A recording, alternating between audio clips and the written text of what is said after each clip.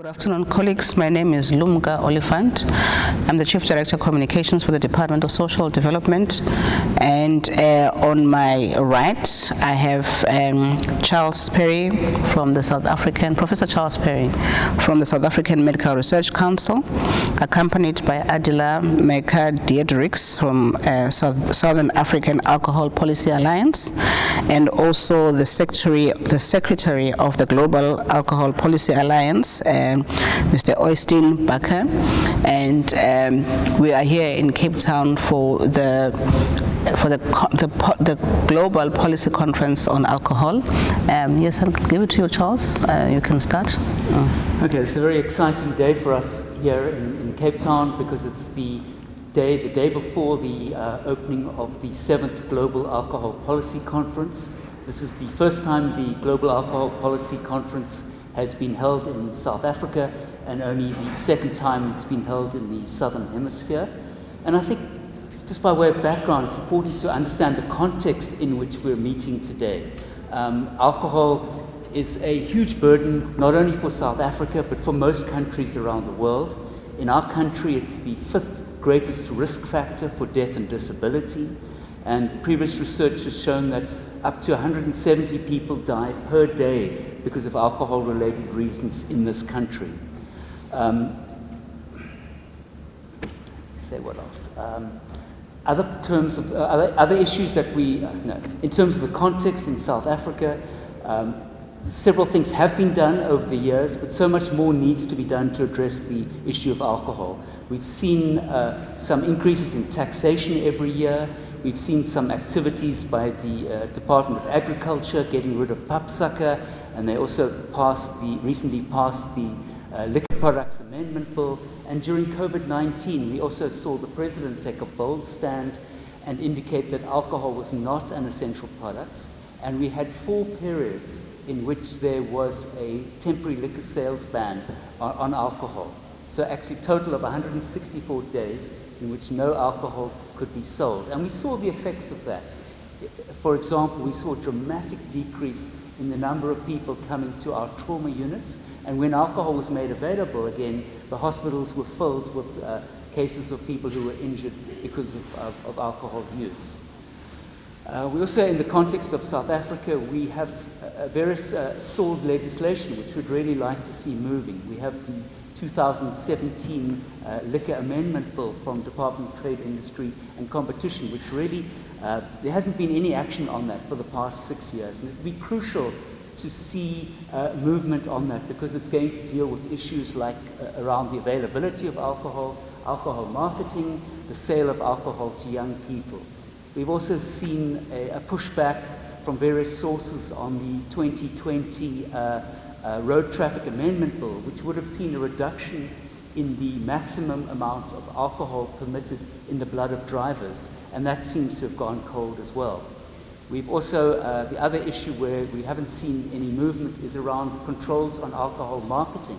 And in fact, in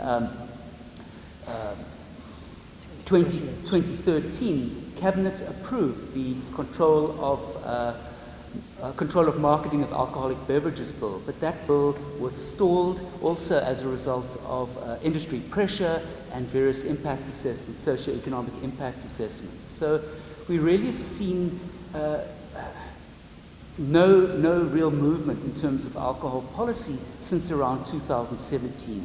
We were quite excited at that time. In fact, in 2013, in Korea, I indicated that we would like to see controls on alcohol advertising in South Africa, but then nothing happened. So I think it's quite opportune that we're seeing this conference in South Africa at the moment, because the issues around alcohol are very much in our forefront.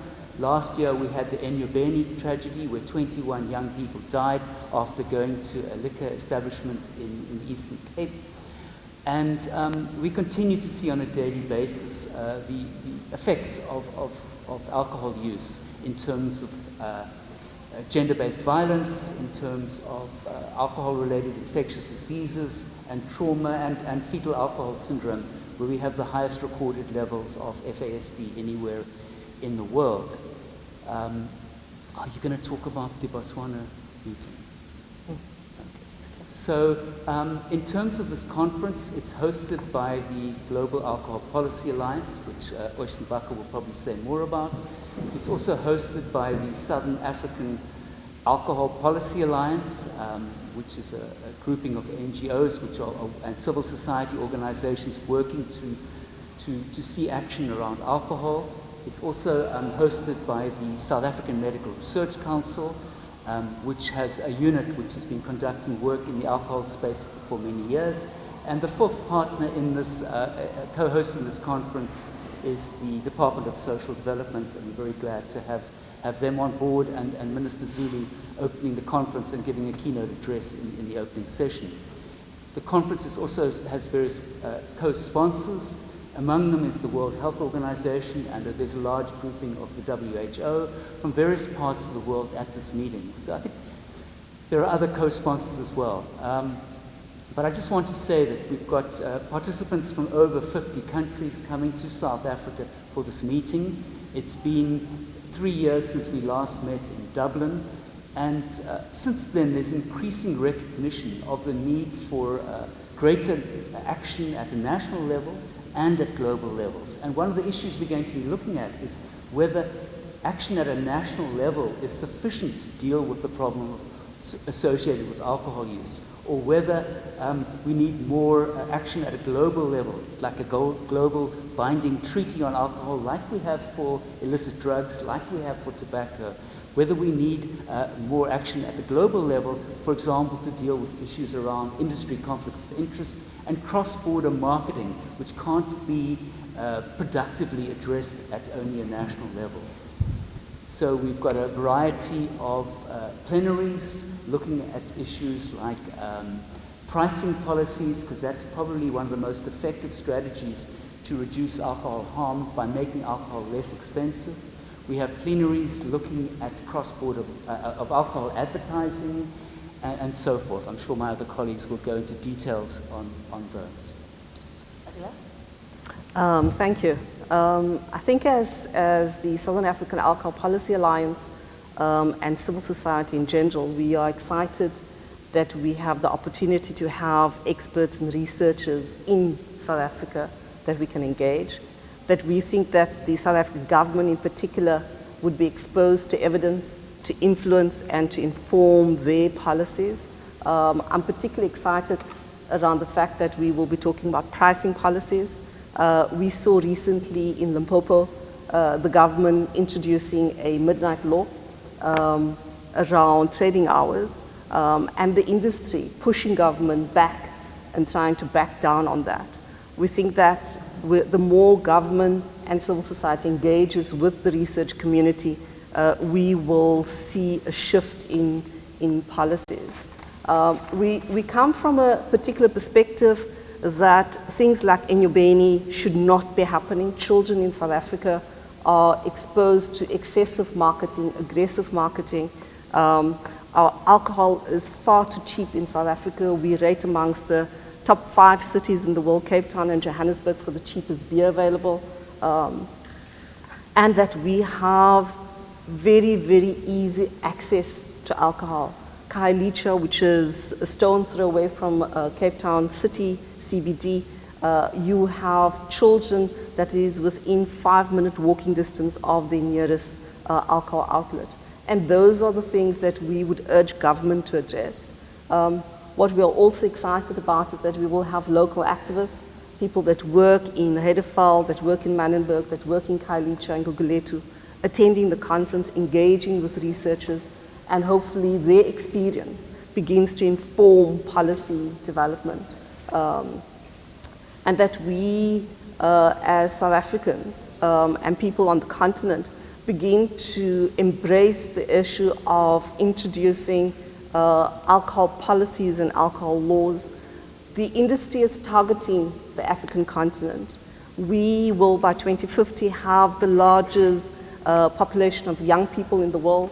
They need to increase consumption on the continent. Our young women, in particular, is targeted by the industry. And we need the countries in Southern Africa and on the continent begin to look at the evidence that talks to some of these issues. We would also want to urge the President, we are going into 16 days of activism, that there is a very close link between GBV and alcohol consumption.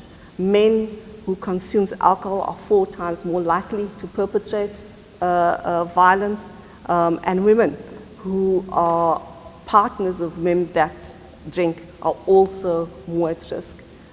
We would urge the President to begin to hold the Minister of Trade and Industry accountable for passing the Liquor Amendment Bill of 2016, which has been stalled for the past 6 years, as Charles has indicated. It's an indictment on this cabinet and this administration that we have not yet passed this bill when there is a commitment at the highest level to reduce GBV. And the link between GBV and alcohol is something that we cannot dispute.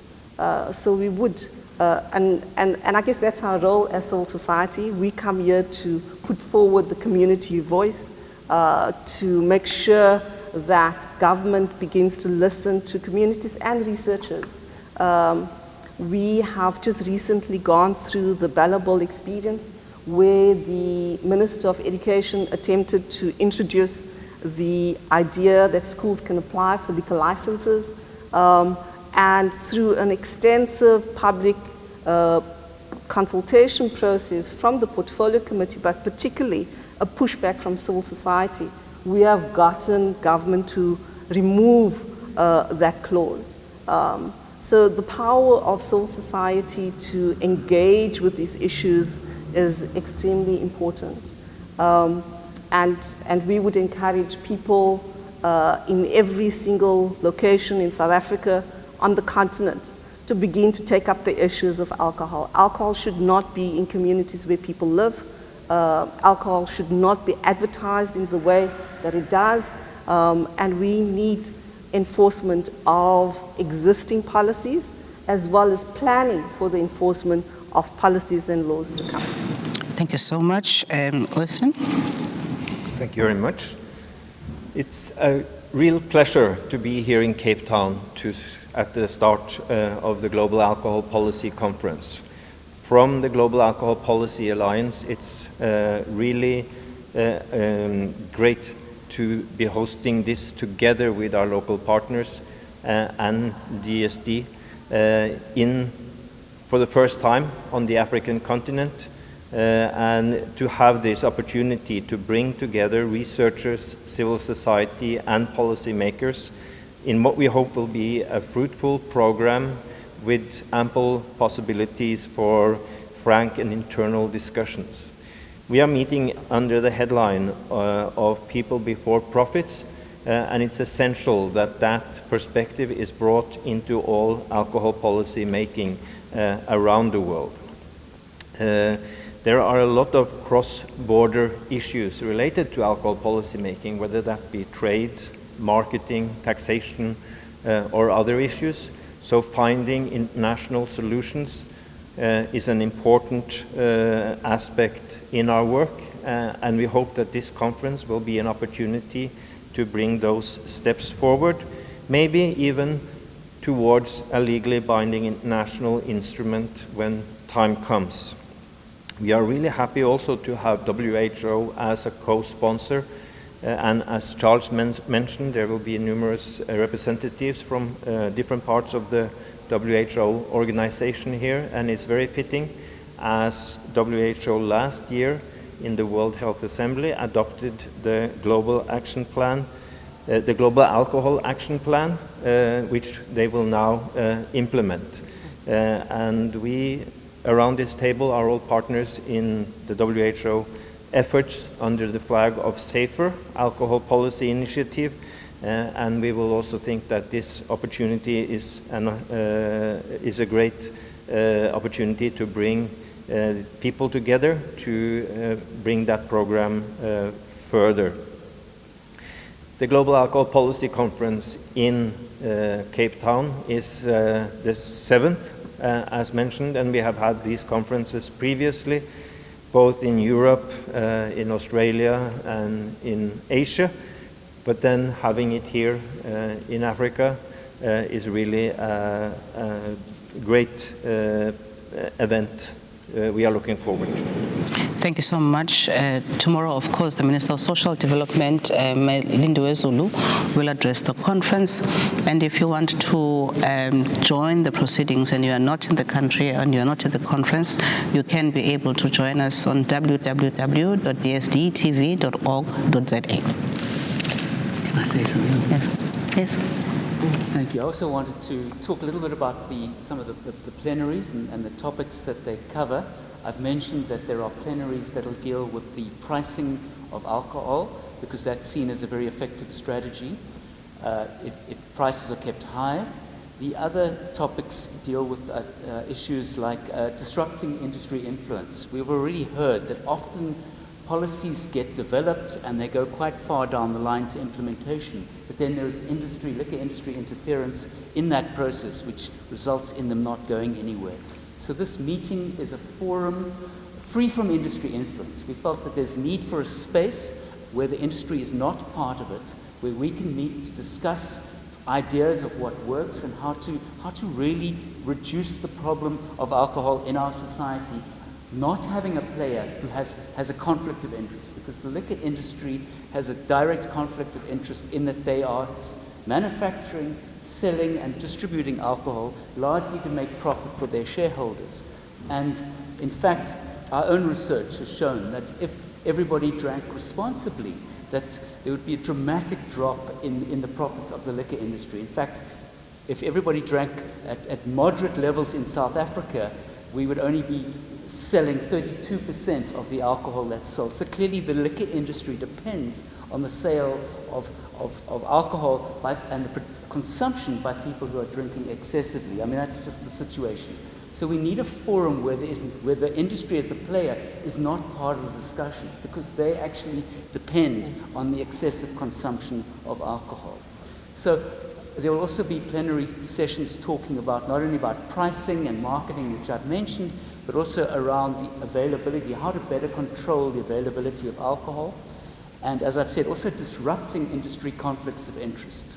This is not just going to be a talk show where we come up with ideas. We're really looking towards making changes in our own country and across the world in terms of disrupting the way alcohol is sold and consumed, to get a new normal. We saw that during COVID, and many of us thought we don't want to go back to that old normal where people are coming to the emergency rooms and spending a lot of resources in our countries which really could be used on other development initiatives. So we need really to deal in a different way. We've been talking about many of these issues for many years in South Africa and elsewhere, and we really, the goal of this meeting is really to come up with new strategies, new energy to tackle the problems associated with alcohol use. And one of the exciting plenaries is going to look at new initiatives around the world. And there are really 4 that are going to be highlighted. There's the WHO SAFER initiative, which is very closely linked to the 2022 Global Alcohol Action Plan, which was accepted by the World Health Assembly in May last year in Geneva.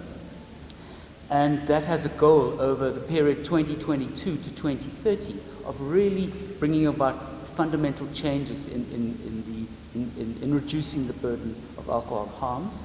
The other initiative is the Reset Alcohol Initiative, which brings together various role players, including GAPA and Mavendi International and others, to really bring new energy to this issue as well. We're also going to hear from colleagues in Uganda who are embarked in various legislative changes and actions around alcohol. And finally, there's been tremendous legislative progress in Ireland around alcohol on various levels, around pricing, around marketing, and so forth. So we're going to hear about these and see what we can learn from them in our own contexts. One last thing. South Africa is going into another national summit on substance abuse in November. We believe that this conference should be used as an opportunity to learn lessons from across the globe and take that into that conference. so that the conference resolutions of government at the Summit on Substance Abuse begins to be informed by evidence, and that we get government to actually begin to commit to taking forward the reduction of alcohol availability, alcohol pricing, and alcohol advertising, so that young people in this country begin to have less access, less exposure, and are protected from the harm because of availability in communities. It's important to the country at large because of the issues that we are contending with of alcohol and drug abuse, particularly alcohol. We have been looking at the data and research that has been conducted, and it has been, confirming to us from time to time that we have a problem of young people abusing alcohol. We also have a problem of underage drinking. We also have a problem of, a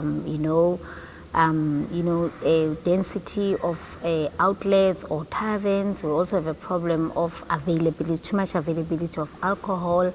Lastly, we also have a problem of policies and legislations that are quite outdated. So on the basis of those challenges that I've alluded to, it was important for us to be part of this so that we can learn from other countries, so that we can benchmark and see how best we frame our interventions and policies moving forward.